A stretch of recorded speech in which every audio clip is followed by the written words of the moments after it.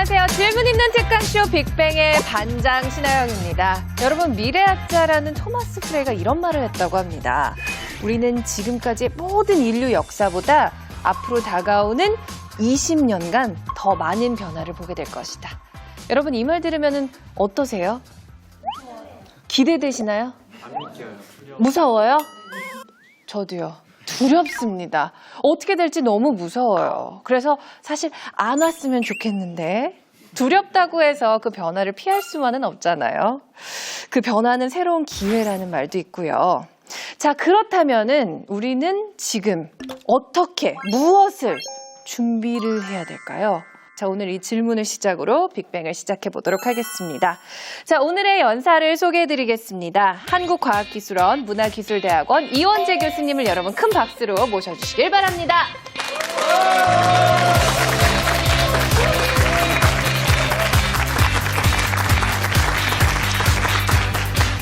예, 방금 소개받은 한국과학기술원에서 온 이원재라고 합니다.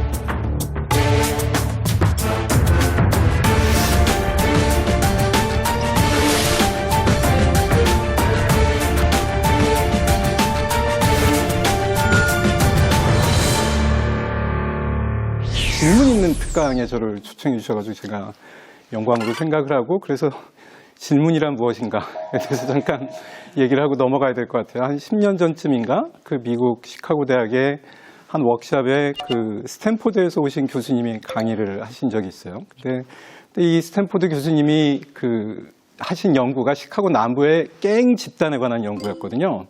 그래서 일반 대학원생들은 알아들을 수 없는 높은 수준의 기술적, 이론적 토론이 막 진행이 되다가 수줍게 어느 대학원생이 손을 한번 듭니다. 그래서 질문을 했는데 그 질문이 뭐냐면, 교수님 그 연구 제목에 갱 집단이라고 했는데 집단을 정의해 주십시오.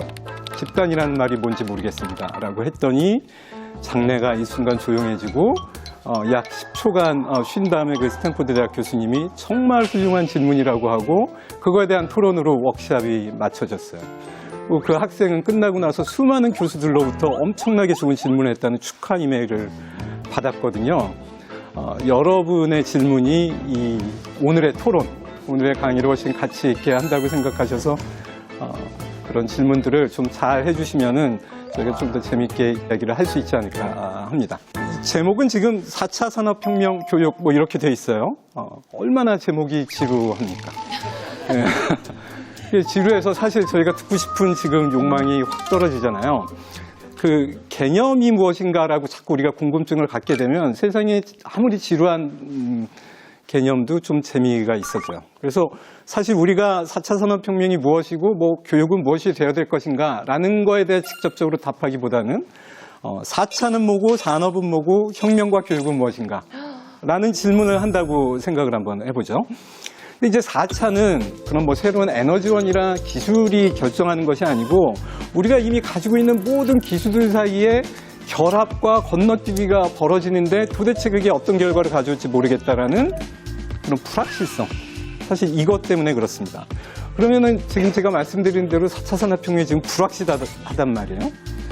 그럼 불확실하면 기분이 어떠세요? 불안하죠.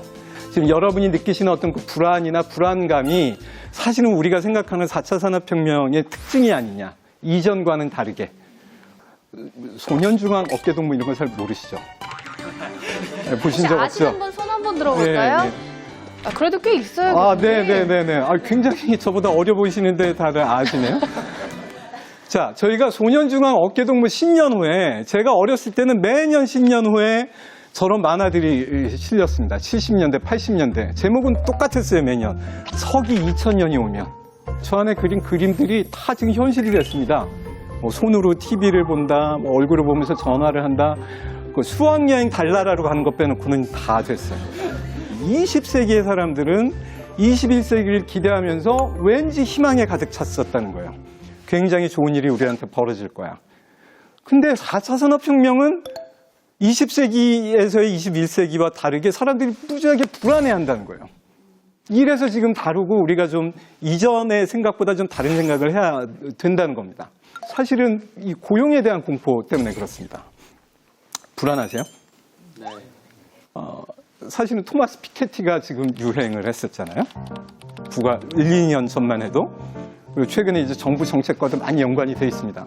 이게 지금 불평등 곡선인데 2차 대전 이후에 점점 떨어지다가 7, 80년 이후에 계속 올라가고 있다. 그게 첫 번째 핵심이고 두 번째는 전 세계가 다 그렇다. 이 불평등을 피할 수 없다라는 이제 비판적인 어떤 책입니다. 그래서 우리가 뭔가를 고쳐야 된다라는 그런 저작인데 저 책이 무지하게 두꺼워요. 그래서 제가 다 안 읽어봤을 가능성이 되게 높잖아요. 여러분은 어떠세요? 이게 좋은 방법은 아니지만 굉장히 중요한 저작이나 이런 걸 있을 때 이걸 빨리 읽을 수 있는 방법을 하나 제가 알려드릴까요? 그건 뭐냐면 그 저작을 싫어하고 비판하는 사람의 논문을 찾아 읽으세요. 그러면 그거를 비판하기 위해서 무지하게 자세하게, 물론 훌륭한 사람들이 쓴 비판 논문을 읽어야 됩니다. 그럼 피케티를 지금 어떻게 비판을 하느냐? 첫 번째는 데이터의 차이예요. 그러니까 우리의 그 소득의 분포에 대한 통계는 서베이를 통해서 합니다. 근데 피케티는 서베이 데이터를 싫어했어요. 왜냐하면 사람들이 정직하게 대답을 안 한다고. 그래서 피케티는 텍스 데이터를 가지고 있습니다. 세금 데이터를 가지고. 근데 그 세금 데이터에도 단점이 있어요. 그래서 이런 데이터의 문제에 대해서 비판을 하고, 두 번째는 불평등이 심화되는 것과 한 지역이 가난하게 되는 것과는 상관이 없다라는 겁니다. 그죠? 그러니까 부자와 가난한 사람의 차이가 많아도 전체적으로는 부자인 선진국이 그런 거예요. 예. 그 선진국에도 거지는 있잖아요. 이제 그런 거고 제가 좀 그런 걸 가지고 이제 비판하고 많은 사람들이 받아들이는데, 그럼에도 불구하고 이렇게 피케티를 미워하고 싫어하는 사람들이 피케티와 동의하는 게 있습니다. 그게 뭐냐면 어쨌든 불평등은 늘어났다는 거예요. 그게 첫 번째고, 두 번째는 그럼 불평등이 왜 일어났냐? 그게 첫 번째 이유가 세계화 때문이고, 두 번째 이유가 IT 산업 때문이라는 거예요. 그럼 IT 산업이 왜 불평등을 만드는 것 같으세요? 일단 정보가 중요해지는 사회인데 네. IT 산업이 발달하면서 예. 그러니까 정보를 많이 가지고 있는 사람과 정보를 적게 가지고 있는 사람의 격차가 늘어나게 돼요. 늘어나서 더 그 부의 차이도 많아진다. 네. 예. 그거 아주 중요한 얘기예요. 여러분, 복잡성이라는 얘기 많이 들어보셨습니까? 복잡하다. 복잡하다를 어떻게 정의하세요? 이건 복잡한 거죠. 뭔지 모르겠지만 복잡이라는 말은 우리가 다 이해를 하니까. 자, 오늘의 저희의 토론은 주로 이제 정의에 관한 것이에요. 근데 정의를 잘 하면 우리가 많은 거를 굉장히 손쉽게 이해할 수 있어서 제가 알려드리는 거예요. 이런 게 복잡한 겁니다. 자, 여러분이 사업을 하시는데 부품을, 처음에는 부품을 한 개를 가지고 했다가 2개짜리 제품을 만들다가 3개짜리 제품을 만들다가, 그럼 저희가 한 개씩 늘어날 때마다 사원을 더 고용하든지 지식의 양을 늘리든지 하면 되잖아요. 근데 이 복잡함에 주목하는 사람들은 요소는 1, 2, 3, 4, 5 늘어나지만 그걸 연결하는 선들은 0, 1, 3, 6, 10 이렇게 늘어난다는 거예요. 이게 지금 복잡함을 정의하는 방법 중에 하나입니다. 그러면 여러분이 아시는 무슨 인터넷이라든지 인공지능이라든지 하는 건 엄청나게 복잡한 기술이에요. 왜냐하면 지금 여러분 가지고 계신 핸드폰 안에 있는 트랜지스터의 개수가 옛날에 달나라에 보낼 때 썼던 총 컴퓨터의 트랜지스터 개수보다 많아요. 지금 그만큼 지금 복잡해지는 거거든요. 근데 이 복잡성 시대에는 어떤 일들이 생기냐면 복잡하면 복잡할수록 비용이 무지하게 증가를 해버립니다. 이게 지금 특징이에요. 그래서 이전까지는 무언가를 계속 투입을 많이 하면 더 좋아졌다면 지금은 투입을 많이 할수록 나빠지는 현상들이 지금 시장과 산업계에 지금 벌어지고 있습니다. 여기서 파란 선은 내가 얻을 수 있는 이득이라고 보시면 되고 빨간 선은 비용이에요. 그러면은 복잡성이 증가해질수록 이 두 가지 곡선이 이렇게 전개가 되는데 여러분 어디서 사업을 하셔야 돼요? 대답은 간단합니다. 이득이 비용보다 많은 데서 하셔야지 그 차이만큼이 이득이잖아요. 그죠? 근데 너무나 놀랍게도 비용이 이득보다 많은 쪽에 자꾸 회사들이 들어가려고 노력한다는 거예요. 이게 이해가 가능하세요? 솔직하게 저는 안 돼요. 예. 죄송해요. 너무 복잡해요. 내가 망하기 위해서 머리가. 들어간다. 근데 우리나라에 저런 회사가 있는 거 아세요? 1년에 몇 천억씩 적자 보면서 몇 시간 내에 배송해 주겠다는 회사가 있어요.